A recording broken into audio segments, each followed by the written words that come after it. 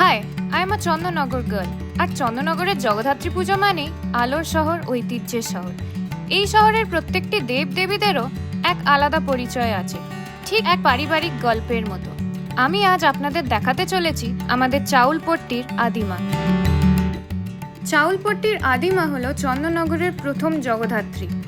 একসময় এই পাড়া ছিল ধান চাল ব্যবসায়ীদের কেন্দ্র, তাই এখানকার দেবীকে বলে চাউলপট্টির মা। মাটির ঠাকুর, সরল সাজ আর পুরনো দিনের শান্ত ভাব, এই পুজো এখনো আমাদের ঐতিহ্যের প্রাণ। কাপড়ে পট্টির মেজ মাকে দেখাই এবার। এই পাড়া একসময় ছিল বস্ত্র ব্যবসায়ীদের এলাকা, তাই মাকে বলা হয় কাপড়ে পট্টির জগদ্ধাত্রী। তেমাথার রানীমা হলো চন্দননগরের রাজরানী। প্রায় 3 তলা উঁচু প্রতিমা, বিশাল মঞ্চ, চারিদিকে আলোর ঝলকানি।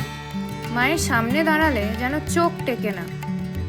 তারপর আসছে ভদ্রেশ্বর তেঁতুলতলার মা। এটা একটা আলাদা অনুভূতি, তাই এটা না বললে চলে না।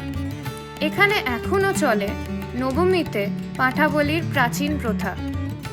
এই পাড়ার মা যেন ভয় আর ভক্তি দুটোই মিশে আছে। 4 মা 4 রূপ, কিন্তু আবেগ একটাই, চন্দননগর। জ্যাক অলিভার নিবেদিত সংবাদ প্রতিদিন.in জগদ্ধাত্রী জমজমা 2025 আসছে 12 বছর পর। আপনি তৈরি তো?